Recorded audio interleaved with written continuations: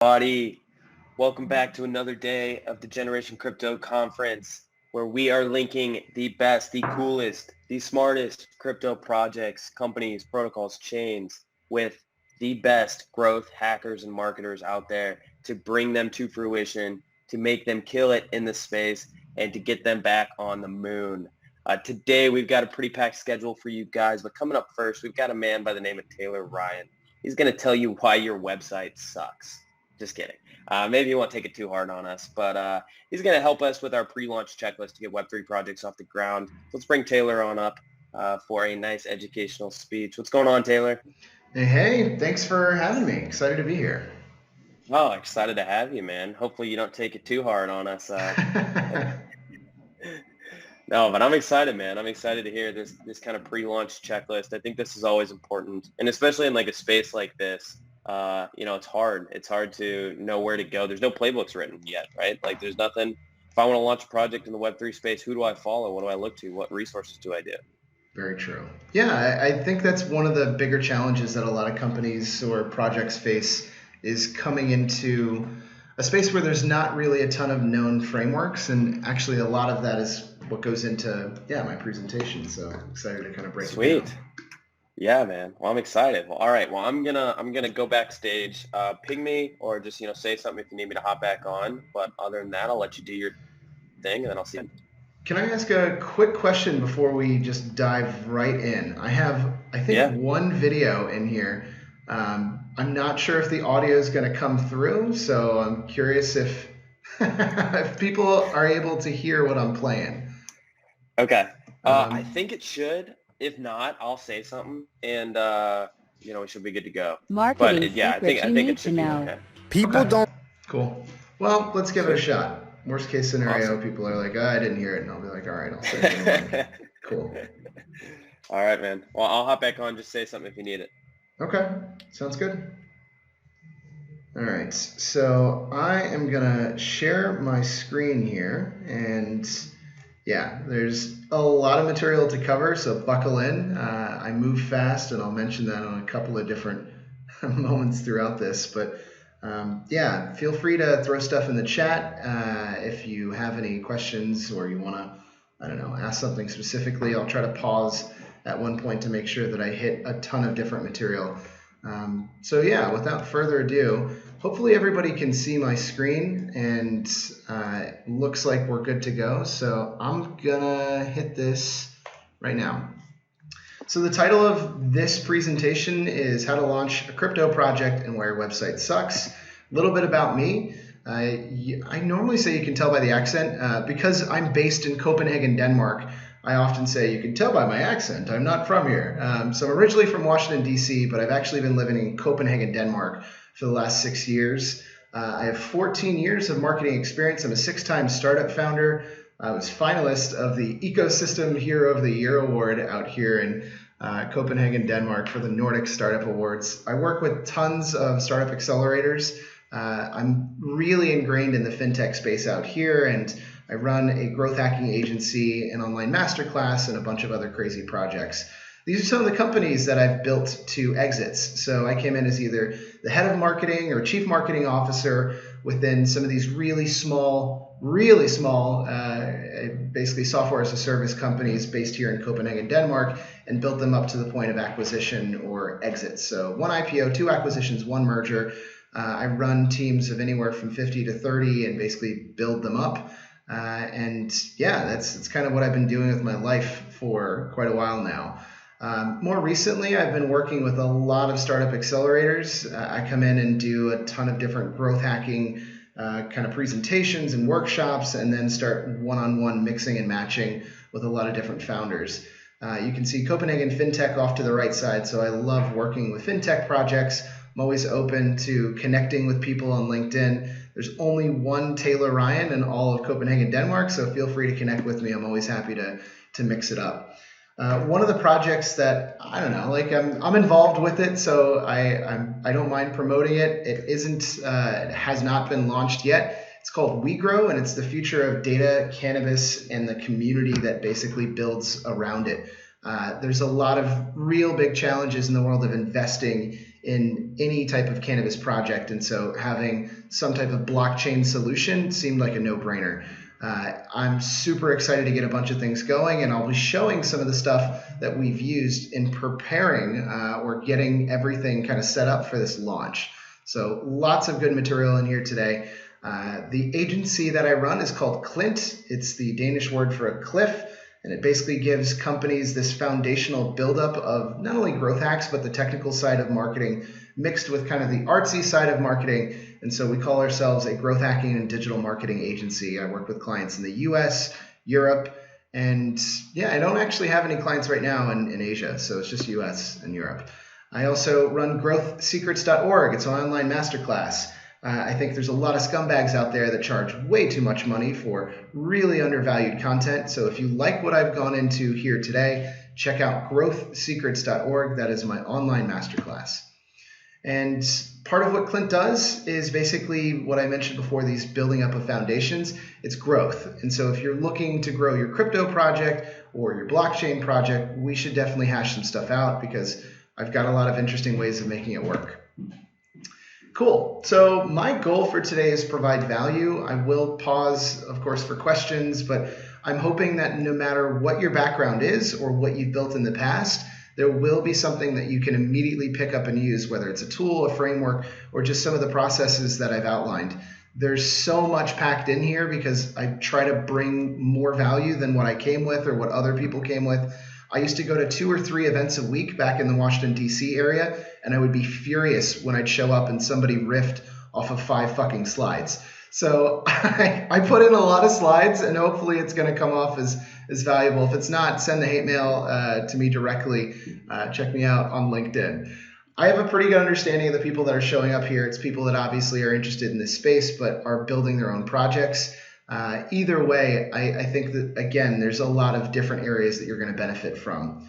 I often define growth hacking because it has some weird negative connotations where people are like, yeah, you're not a real hacker. And it's like, no, fucking, I never said I was. It is a bullshit jargon buzzword and a fancy way of basically saying growing companies from zero. And my definition is ultimately growth hacking is doing the most with the least amount of time and money in order to get the biggest results. So how can I do more scalable projects with more automation and mixing in a blend of tools and testing in order to get some very serious results? And I've had a lot of success with that. So I'd like to think that maybe there's something that you could benefit from as well. So I always define growth hacking metaphorically for some people that maybe don't get it, or some people that are still skeptical. And so let's say your car breaks down and there's 2 mechanics on duty. One mechanic has read every book about fixing automobiles over the last 5 years, but has never gotten under the hood of a car. The second person has dirt underneath their fingernails. They've fixed lots of different makes and models of cars and have probably fixed every different component. I know that when they encounter a problem, they'll be like, oh, that's kind of like that other thing when I had to fix it here and then it turns out the problem was over there. The second person to me is the growth hacker because they've gotten good by doing. And for those that maybe think some of the different tools and concepts and processes that I outline later are a little too complex, don't think about it that way. The way that I've always tried to approach marketing is it's all about systems. And every dot or node within that system is an area that requires a bit of time and energy to get better. So I've always encouraged people to start with one node, one area of marketing that they can understand really well, because nothing within marketing is disjointed or an island. Everything's interconnected. So if you understand how to do content and write some pretty decent copy, all of a sudden it opens up the world to SEO, digital ads, social media, and it just continues to kind of fractal outwards with all the different use cases that you can use from that one singular beginning skill set. So think of marketing as just interconnected systems, and once you understand singular parts of it, it gets a lot easier. I am recording, and I'm fairly certain that they are as well. I often give people a chance to get my slides if they connect with me on LinkedIn.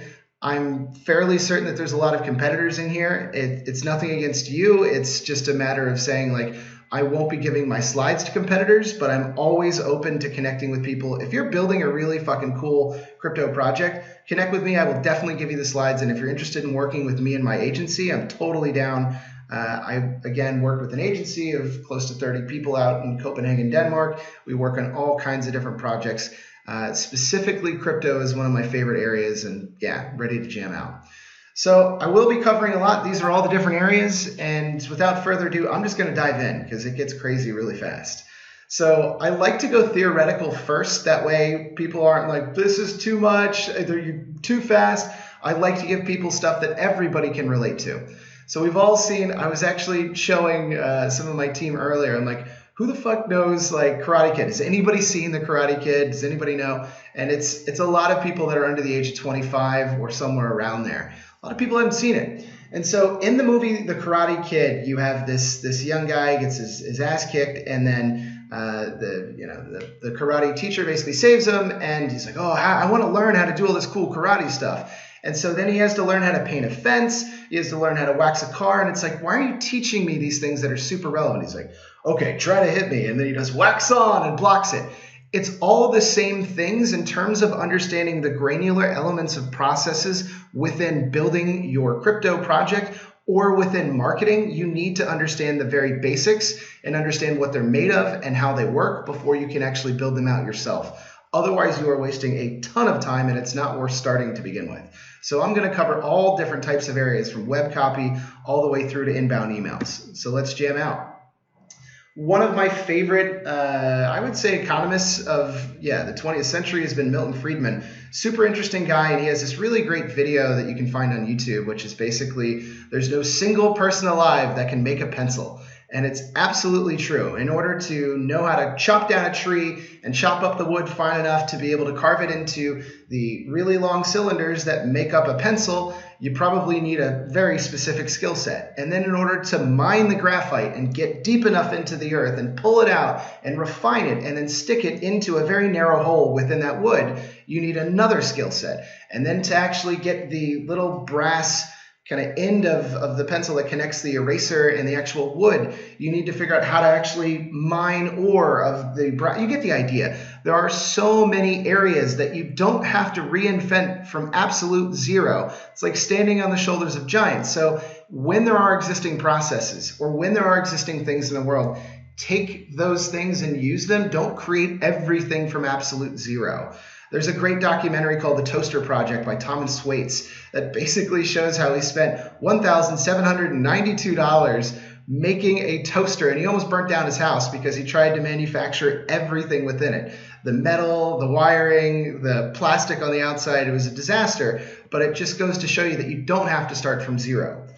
I often run into this crazy version of what I call default mode. It happens sometimes with like really early interns or people that have been ingrained with like MBA speak, where they've never really been able to learn how to do things on their own, because invariably with every project, especially within crypto, you're going to encounter barriers that you have to learn how to overcome. So the example I give is, let's say I ask somebody to grab me a beer out of the fridge. Some people will walk up to the fridge, stand for a second, come back and be like, the fridge was closed. And it's like, fucking, yeah, I know. Open the door, grab the beer, close the door, walk back. And for some people, you need that level of detail.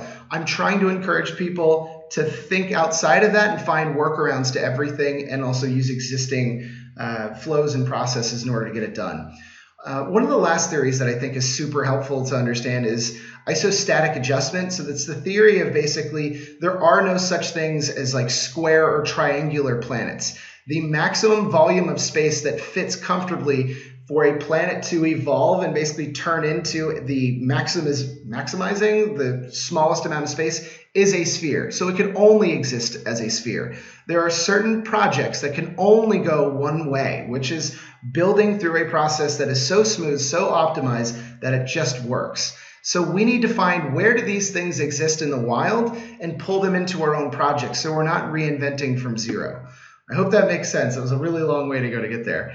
And often I have people, especially in the Nordics, it's a strange thing out here. They're like, oh, you can't steal from people. That's plagiarism. Like, I'm not fucking saying stealing. I'm not encouraging anybody to steal. I'm saying it's emulation. It's inspiration and it's guidance to be able to make something better using what already exists in other places. And I'm going to show you exactly how I do that and what I mean.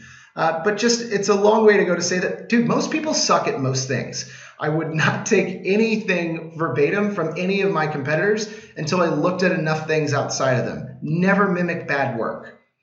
Cool. So let's take a look at how we get started. I always start with building a list of competitors to know what good looks like, but also being aware of what's around me. So if I'm trying to open up a bakery, I want to see if other bakeries within my town are halfway decent at what they do. So one simple way to do it is CoinMarketCap has categories. Check it out. It's there. Another way would be going into CryptoSlate, and they also have categories. You can see all the different projects and how they tailor their messaging, what they actually play with on like landing pages. Maybe you're looking more specifically into the tokenomics. There's a million different ways to break this down. I also don't look at exact one-for-one competitors. I'm looking for competitors that are within the same space. So maybe I want to see what the successful recent launches actually ended up doing in order to have such a successful launch. You can go back through on social media and see exactly what they were saying, what they were launching, what they were pushing out, what messaging worked, and it's phenomenal. Yeah, you don't have to reinvent. I do think that there's a lot of interesting sites out there. I think one of my favorite ones is this coin a scam, because they give these really nice dashboards and also include links to white papers and all kinds of interesting areas that you can mimic and copy for yourself. I do this with a lot of clients that are, more in like the B2B and SaaS space, but honestly, it does work. I find that most people are terrible at SEO when it comes to crypto. If that is your angle or something you're interested in playing with, we should totally talk. I'm a huge fan of really optimization within that space, and organic beats everything every day, all the time. Moving right along, I think organizing is one of the areas that most people fall short on. So I break down my competitors in 3 different areas. I have core competitors. They're one for one. I'm directly competing for market space. The second is kind of like features, or they're getting kind of close. And then industry people are just outside of whatever would be close to competitive. Within that way, I can say, like, these are all people that are in the same space as me, and this is the way that they're branding or styling themselves. This is the different website sections for each individual page, the social media stuff that they're doing, and any type of white paper or tokenomics. All of it's great for inspiration. So I'm building out this really nice, super clear and concise way of looking at all the people that are playing ball in my space and deciding whether or not I'm going to be able to compete with them, or what I can maybe do to be, what is my unique selling proposition? What is my key differentiator? So cool. I'm starting to now look at different ways of building upon this. So like, I want to collect competitor assets. How do I go about doing that? Some of the most important assets you're going to collect are white papers or light papers. The tokenomics, I've found that a lot of people are really bad at the how to buy PDF or video. Any type of executive summary, FAQs, like all of those are so easily swapped out. Like legitimately, you don't have to build them from scratch. And I see so many people doing it. From the standpoint of the competitor's website, holy smokes, all the pages kind of have the same layout, and then you'll see some of these companies that just don't, and it's like, oh, you fucking idiots. You're trying to build from zero. Why? There's so many other great companies out there that you could have taken inspiration from and not started down this grand path of obscurity and just, uncertainty. And social media is like a whole different ballgame. I'm going to go into that later as well. So the white paper is one of the hardest parts that I find companies do it way too late. Like right before launch, they're struggling to put together a white paper. This should be one of the first things that you do. And once you break it into its simplest parts, it gets a fuck ton easier. And by fuck ton, I mean a lot. So most of the companies that I run into are putting out white papers that are anywhere from 20 to like 130 pages, which is absolutely absurd. But, if you look at what happened when Bitcoin launched, it was 8 pages and like half of it was like diagrams, which is crazy when you think about it. But the reality is it needs to pass this sniff test or the kick the tire test. And I'll go into it a little later, but nobody's reading 100 pages on your product. I guarantee you they aren't. But the idea is that if you don't check that box, then it doesn't matter, and they're going to basically bypass your product and say, it's a rug pull or it's not genuine.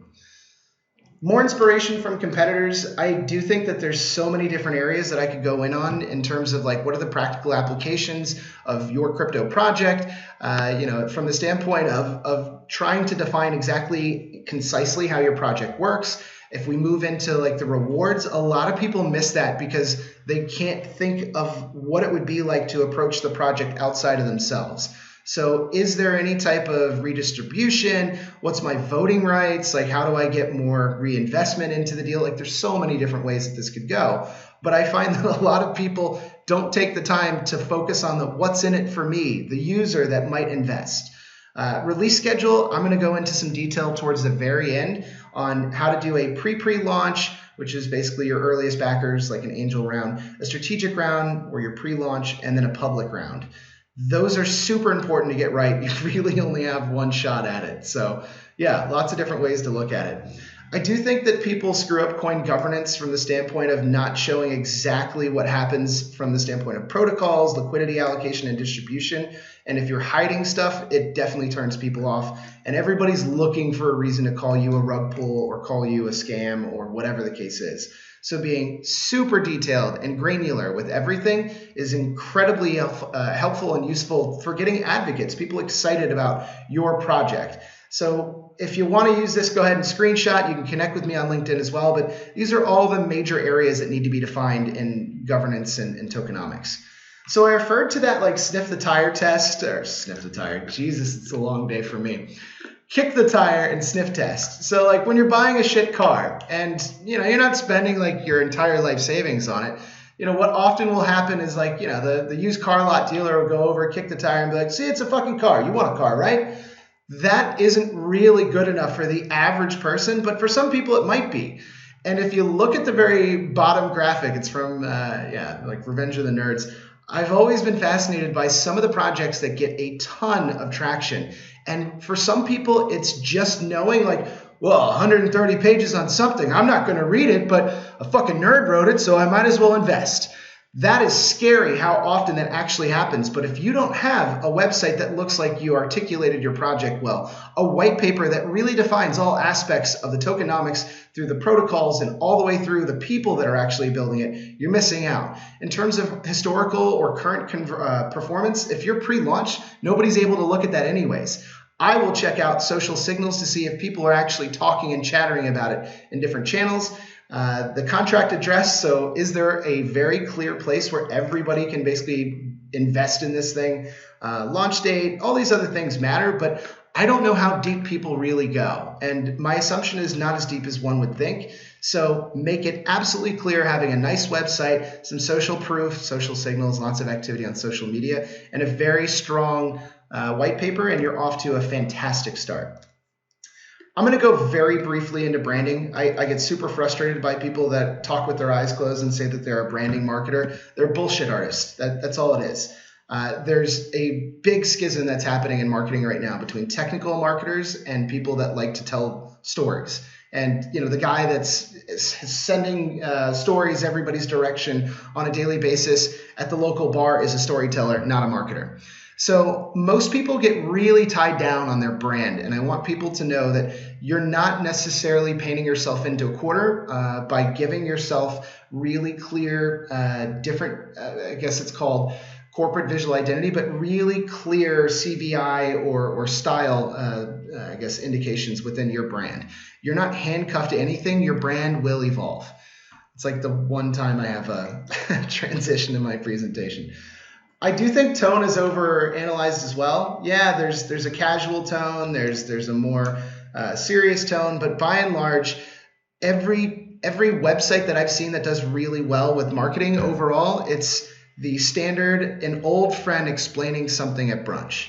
Now, there is a very big difference between the way that Snoop Dogg would talk about that and David Attenborough. And there is a video circulating ages ago of Snoop Dogg actually narrating some of the Blue Earth or one of the David Attenborough series, and it's absolutely hilarious with the iguana running from the snakes. Love it. If you haven't seen it, look it up. So one of the things that I've often tried to explain to marketers is the psychology rationale behind oddly satisfying. So why is something oddly satisfying, or what is the need to have that? So like there's tons of channels on YouTube, TikTok, Instagram of people just doing power washing or carpet cleaning. And they have like millions of people that are constantly engaged with it, tons of followers. What is this? And there's a number of reasons for it. It's the same reason that when we walk into a grocery store and we see congruency or we see really clear organization, people tend to drift towards it because it is visually appearing and it matches our expectations of what is supposed to happen next or what is supposed to be of value, which is really interesting. And when you actually break it down further to what is happening, I guess, physiologically, there's actually a release of serotonin and dopamine, and it calms us to see order. The expectation of what will happen when it does happen is, it's a really nice feeling. It's that Goldilocks feeling. So if our website doesn't match that, we got a problem. So maybe you're shopping for groceries and, I don't know, there's one store on either side of the street. On the left side, there's the top picture, which is just fucking, fruit thrown everywhere. And then on the bottom, a really well manicured produce section. I'm probably going to shop at the one on the bottom because I am associating cleanness and organization with high quality. Your website will be the same thing with lightings, colors, structure, layout, spacing. It's all there. So really quickly, I'm going to push through this stuff just to go into consistency so you have a feel for it, you know how to do it. There are tons of free color palettes online. Go look for them, look up color schemes. You can find it. It's super easy. The only reason I'm showing this is because I've gotten in so many different long, drawn-out, silly-ass dialogues with lots of different founders and different CMOs that are like, oh, but this rebrand, what does that color say about us? And it's like, fuck, man, just pick a scheme. And so there's lots of amazing different color palettes you can pick right off the shelf. And look at some of the competitors from the standpoint of aesthetics and see what you like, because sometimes that speaks to you, and it don't even have to be in the same industry to really get something nice. I do a lot of that within Miro boards. It's a great little visualization tool. Sorry, I'm going to move my camera here. There we go. I'm recording on two cameras, so I'm trying to kind of bounce back and forth. Getting a logo should not be the most complex thing that you do, but I found that a lot of people overthink it. There's a lot of free logo makers out there, and at least that might build some of the inspiration behind it. Feel free to check those out. I think they're great little tools. Moving right along, getting a style sheet before you go to build is imperative. It helps you know what the spacing is going to be, where the logos fit, the colors. That way, we're always saying, look, these are the two primary colors. These are the secondary colors. Let's stick with that. Let's not go nuts for no reason. It just helps so much in terms of staying organized, and you're able to fill in the gaps when you start building things very quickly.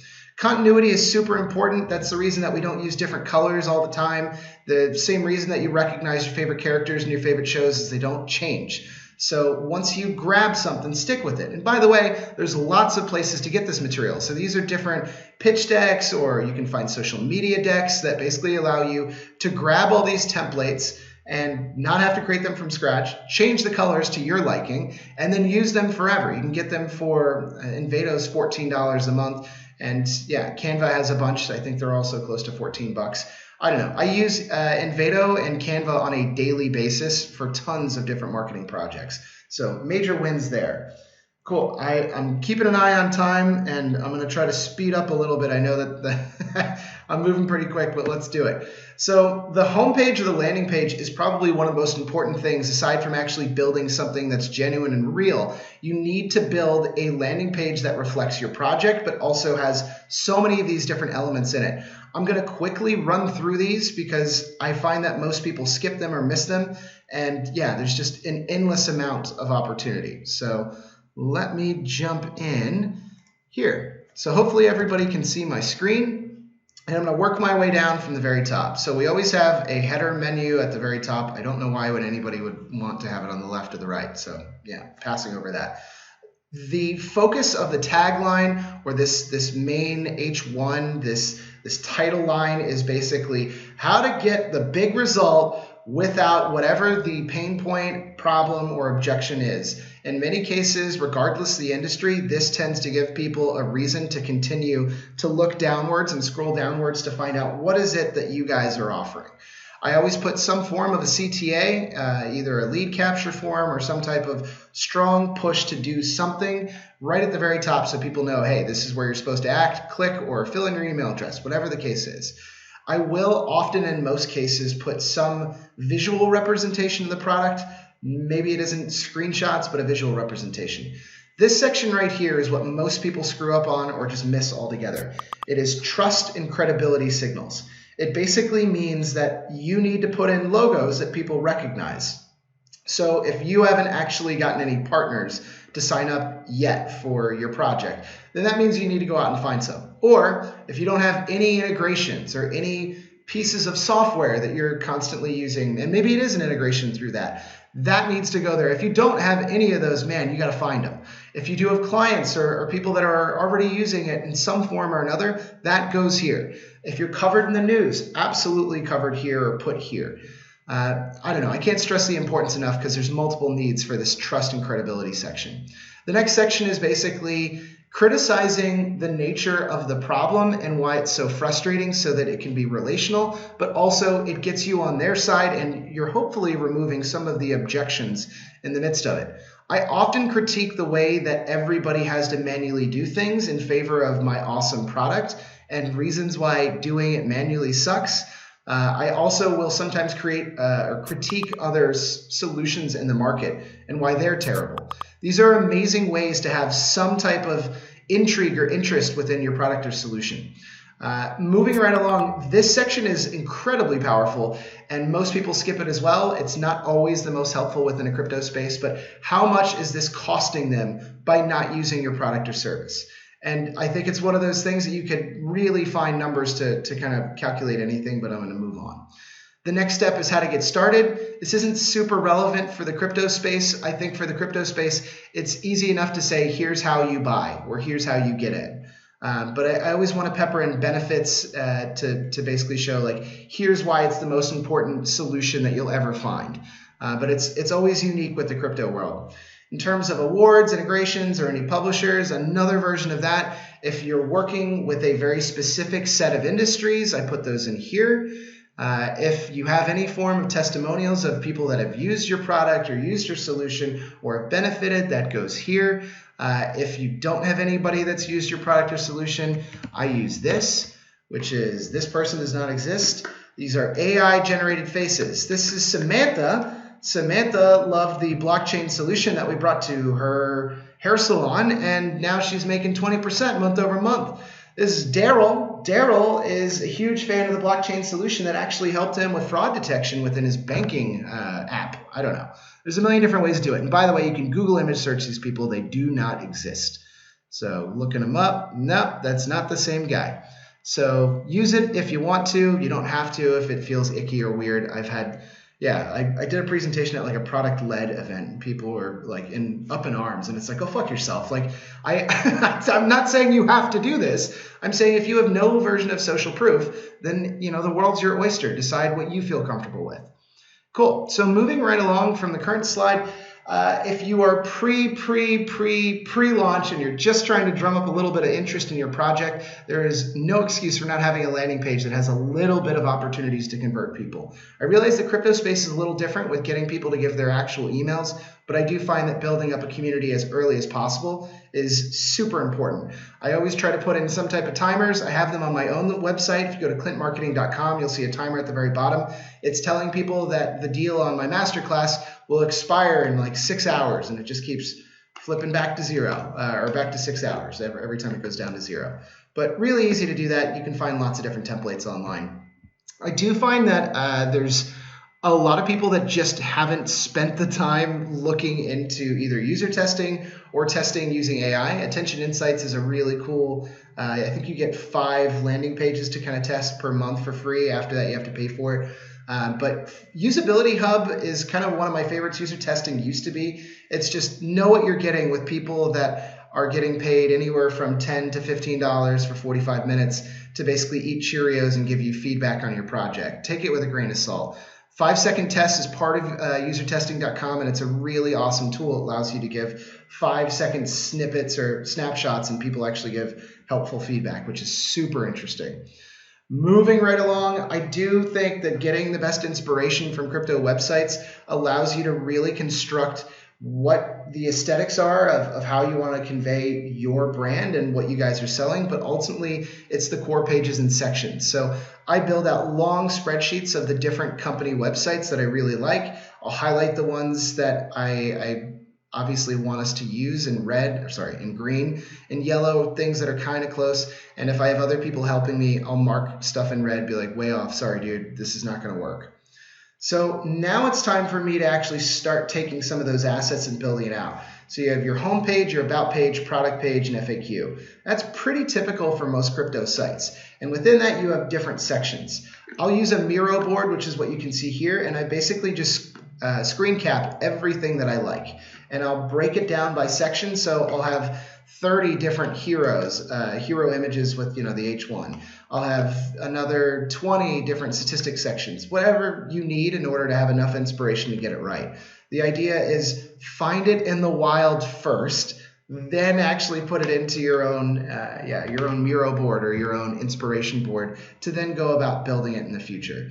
I always include links because it's so hard to go back in and find where those things are. And you can also add in comments, yes, no, I love this, I hate that, that kind of thing.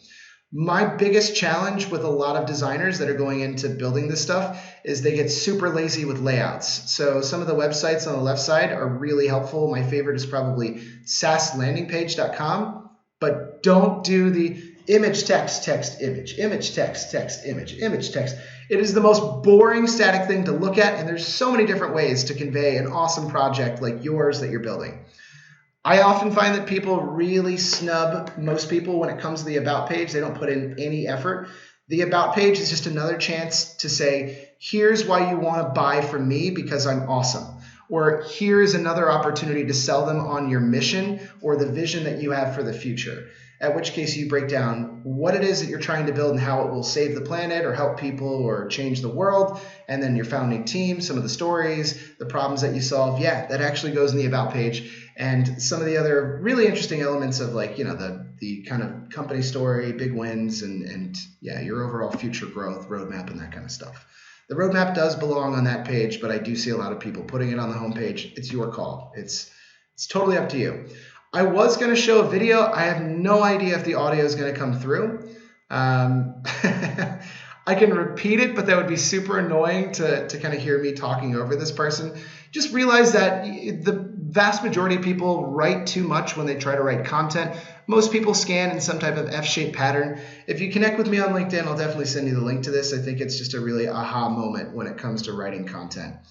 I don't know. It's so easy to find proven formulas. That's like the whole theme of this presentation is why proven formulas and finding resources where they exist in the wild are game changers. And the whole point is to just continue to get people to surf down the page. Headlines should only grab their attention. It is everything about the what and the why, not the how. Like that's basically it. And every section should have one goal. So you're not trying to fill in, kitchen sinking is what we often call it when you're trying to put everything and the kitchen sink into every section. Don't do that. Keep it simple. The body explains the how or the why it matters, but don't get too ingrained in it. And by the way, this is what I do for a living. So I do create landing pages, and I basically build everything from zero for a lot of different companies. I also work with large organizations that struggle within any industry, to be totally honest. Work with a lot of pharma folks and a lot of medium to large size manufacturers as well. So I'm all over the place. I love working with B2B SaaS, but ultimately I got to tell you, crypto is absolutely fascinating. Cool.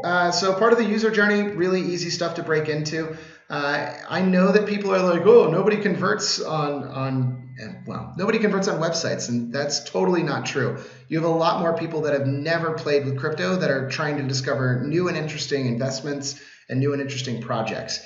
So the big two that I would worry about here is the exit intent form or the exit intent pop-up and having some type of modal pop-up window when you go to convert within the website. And it's super easy. I don't have time to kind of go into the details, but every page, regardless of, you're going to have the footer in all pages. I like to have a conversion opportunity in the footer as well, but every page should have a CTA or a point, something that you're asking people to do to convert. And these are just examples of exit pop-ups. I mean, I've seen some crazy exit pop-ups that perform really well that are, yeah, just ridiculous. Like the one on the bottom right is, not ready to sign up today? Enter your email, we'll send you a surprise. It's like, okay, yeah, fuck it, I'll do it. Like, let me see what I get. And of course, it's an immediate like sales email, but still, I found it to be interesting. It caught my attention. So I'm going to dive into social media because I think it's definitely a cool space that a lot of people do well and a lot of people just miss the boat completely. So establishing your social media accounts as soon as you know the name of the brand and you have purchased the domain as early as possible. Noam has been around forever. Noam, it's up on the right side. It's a really easy way of just discovering, has anybody taken your social media handle across over 100 different platforms? Now, there are platforms that are very specific to a region or an industry, so you don't have to register for all of them. It's like, do I really need to be on a social media platform in Indonesia when that's not really my target market? I'd say probably not. Social media URLs, I think, are really helpful, but I also think building out the channels by taking the other websites that you've seen as inspiration and starting to collect, because each channel kind of has its own flair and flavors, and there's different ways to capitalize on it. I'm going to highlight a couple here, but I think it's so important to take a look around at what is good before you go and build. So if we've never seen a movie before, or we've never seen classical painting, or even what a good painting looks like, or you've never seen somebody dance, how in the world are you supposed to instruct people how to dance or create dancing? Otherwise, all fucking art would look like the same drawings that we all did when we were 5, 6, 7 years old. That is not the case. People get better by being inspired by other amazing artists, or whatever the vocation or the skilled activity is. It is getting better by peering into those that are experts, those that have built things before you. I cannot stress that enough. It is so important to look around and be like, oh, wow, I see what they did there. If I break it apart to its simplest elements, there are a step-by-step procedure in order to get something out that gets more engagement, that elicits a different reaction. Look around and see what those things are. And it's fairly easy to take a look and see, wow, that got 164 comments. Why? And if you start to ask yourself those questions and start to pepper in some of those within your own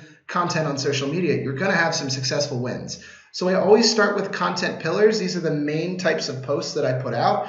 That allows me to then make sure that I'm going to repurpose. So if I create one piece of content, I want to use it for all the social media platforms off on the right side. I never do this one-for-one thing. It's always 1 for 50, 1 for 1,000. When can I repost this again so that people who maybe didn't see it the first time will see it again? And yeah, there's a really specific type of post that goes into like pin posts. How much can I automate? And I'm going to show a couple of different ways to do that. And in terms of building your community, you have organization, you have building, and you have management. I'll show a couple of thoughts on that. I know I move fast. Maybe I should pause for questions. I didn't see any questions, but real quick, I'll pause in case there's thousands of people that are just waiting for me to say something. No. No, that's okay. So I'm going to go back into going full screen. But if you do have any questions, feel free to throw it in there or connect with me on LinkedIn. So some content pillars. They come in many different forms and sizes. I think I finished my last thought on this. Yeah. So I don't know. I think you got the idea with building community. So content pillars tend to come in different forms. The way that I always break them down is company. So what's relevant in terms of us, the company. So it's company stories, it's PR, we have a new employee, or we just reached this mile marker, whatever the case is. New partnerships, new features, all of that stuff's relevant. It does move the needle. Industry stuff related to very specific pain points or benefits or something related to industry news, memes always work. Any type of launch stuff is really specific to timing based, and you won't really get to repurpose those later, but it's important to take from the people that have done them really well and make them your own. And then engagement bait. Engagement bait means, what can I say to elicit reactions from people that will cause them to get either really excited or act and continue to come back for more? And that's giveaways, contests, and bounties. So I've found that the best way to do this is using different scrapers. I also do that as a service, but I tend to scrape thousands of different posts before I start to land on the material that I really want to use. And there's so many different channels out there that you have an endless avenue of different ways to use it. So I joined my different competitor Discord and Telegram groups. I also joined Facebook groups that are related to my niche. And I start to look for the different types of content that has lots of engagement. That means lots of likes, lots of comments. And most of them have something in common, which is there's a strong call to action, there's controversy, there's questions, there's often some semblance of a meme that gets at something that is an inherent truth within that. But all of these happen within the most successful crypto launches and crypto brands. Moving right along, I then have all this content and I start going through and reviewing the stuff that makes the most sense for us and our brand. And I use the stoplight technique, which is basically red is absolutely not, doesn't fit. Yellow or orange as it is here is basically, needs a lot of tweaking, but we can make it work. And then green is yes. And I am not copying 100% of everything that everybody has already put out in different channels. I'm trying to take it, make it my own, sprinkle my own little special sauce on it, and make it really resonate with my company, my brand. And if I have to swap in a little bit of the meme action or completely overhaul it, I want the meaning to be there, but I am not just copying people outright, because that is absolutely absurd, and that's not what this is about. I do use a lot of different scheduling tools. It's a lot more tricky with some of the main platforms like Telegram, Reddit, and Discord, but I will show some of those later. I think my favorite for now is Publer, but I use all kinds of different tools and have in the past. Hootsuite, it's kind of like the old guy in the room, or Buffer. Everybody kind of got started on those. It's come a long way since then. Lots of different ways of using the tools that are available. And again, I use Publer. So building a bot for Discord, it's super important to save the moderator's time. I don't think I've encountered a successful cryptocurrency that doesn't have a really strong Discord. And in most cases, it's building out fast commands and auto replies, but also really segmenting out the different functions. There's tons of bots. You can build your own. I'm not going to go into all the detail. I'm sure there's smart people in here that get it. Separating out the channels and the structure of that is what really gets people going. And I found that lots of sections of these different Discord groups kind of look the same. And you'll see that some people use emojis, some people don't. I think that's a really strong way to make it work and just keep it fluid, keep it strong, and yeah, keep it consistent from the standpoint of these different, I guess, sections within Discord are really helpful for people to get in and continue to engage and interact.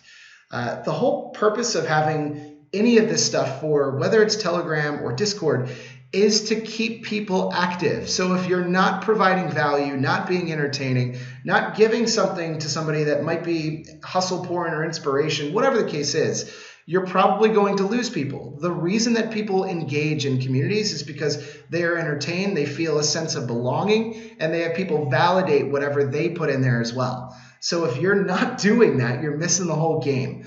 I do think that there's lots of different ways to push users to act, keep them engaged throughout the process, and bots do a really great job of doing that, especially within Telegram. I think it's incredibly powerful. You can see the newsfeed of, I can't even remember, I think this was a newer Dogecoin, and basically it's every other post is something related to a meme, so it's incredibly important. When I do a lot of teaching on how to do LinkedIn for your private accounts, I do a lot of workshops that I was in Stockholm, I guess last week or 2 weeks ago, doing that. It's so important to have a clean and clear structure. So the structure of a lot of posts, and you'll start to see it if you actually look for it, is that you start with either a compelling visual or something that grabs somebody's attention from scrolling. Then you have a very strong hook. The hook on this one is just launched yesterday, already 7x from today, and it's all right, dude, thanks, I get it. And then, the next thing is 200 BNB, Uniscript presale filled in 2 seconds. It's okay. So there's enough here that these are really strong hooks. They're getting me to read. And then the next thing is either benefits, features, or main points that you're trying to make, and they're all separated by what is an emoji, but it is kind of a bullet point. You can see it's really concise. Nobody ever uses more than 3 sentences in a row. It's very clean, clear, concise, and structured.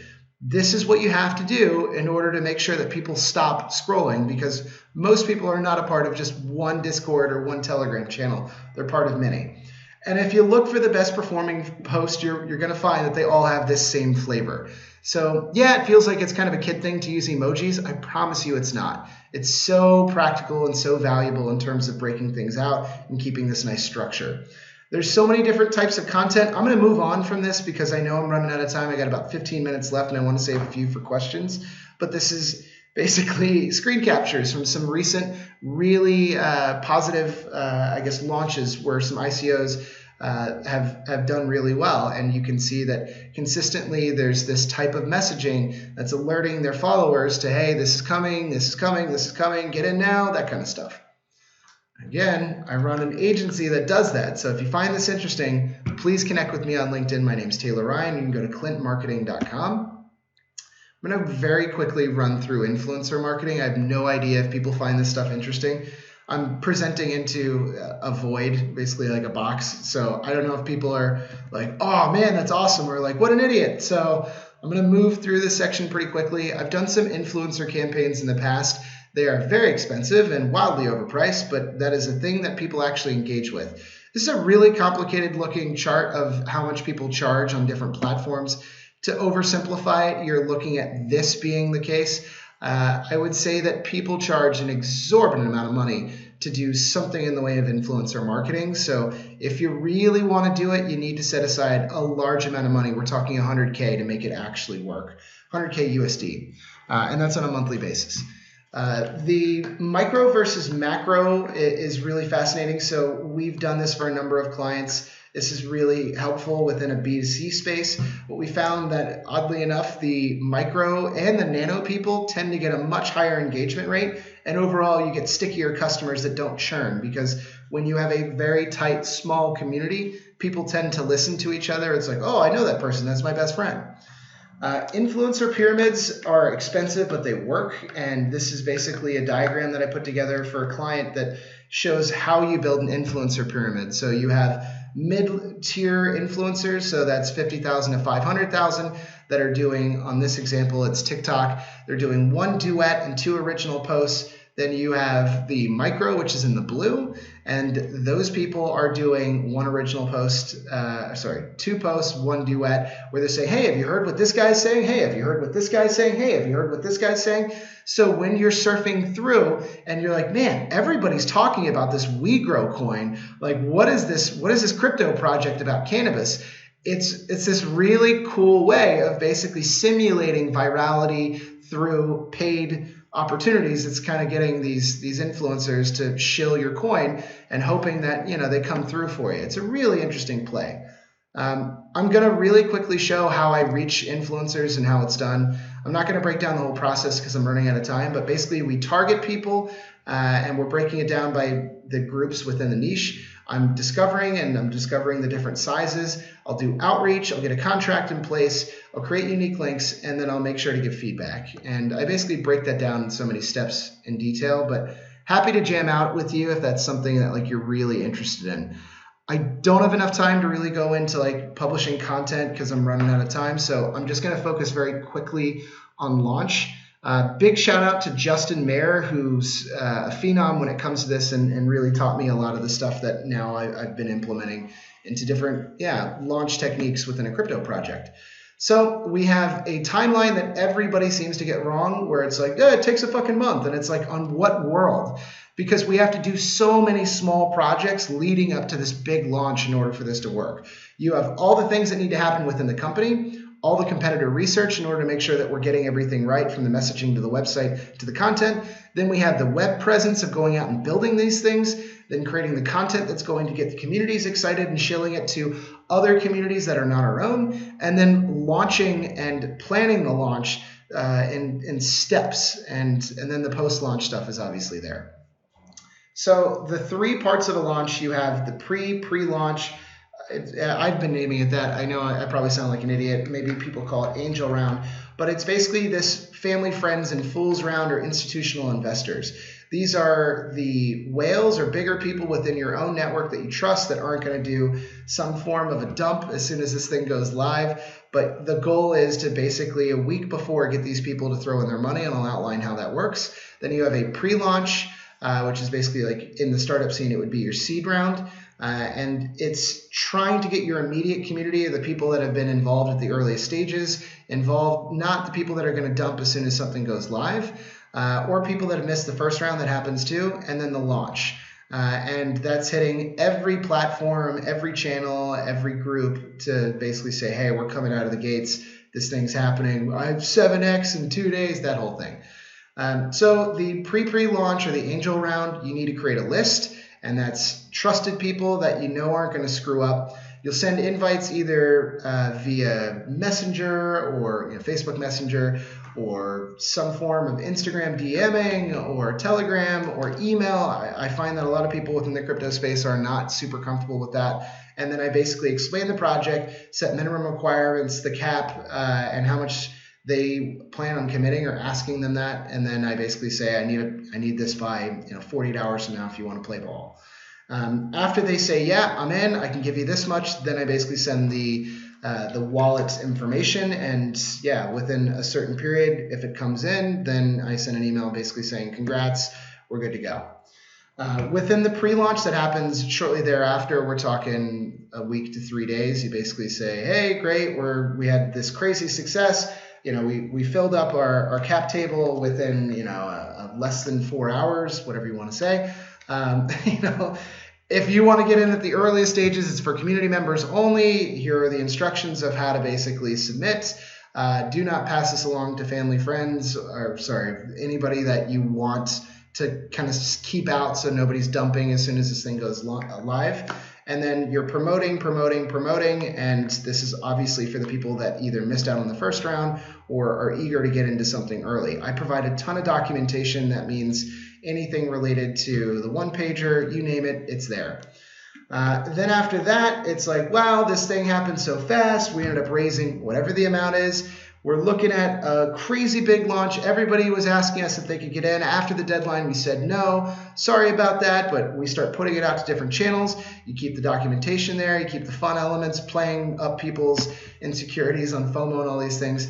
And then it's launch time. And within launch, you want to make sure that you're allocating the tokens from the first 2 rounds. You're making sure that you're asking the community, do we want this to be a random launch, or do we want to schedule it?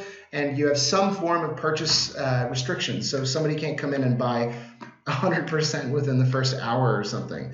So what I've seen in many cases, Justin Mayer's recommendation was 0.5% total supply in the first 30 minutes, 5% total supply in the second 30 minutes, 100% of the total within the first hour. It needs to make sense for your project.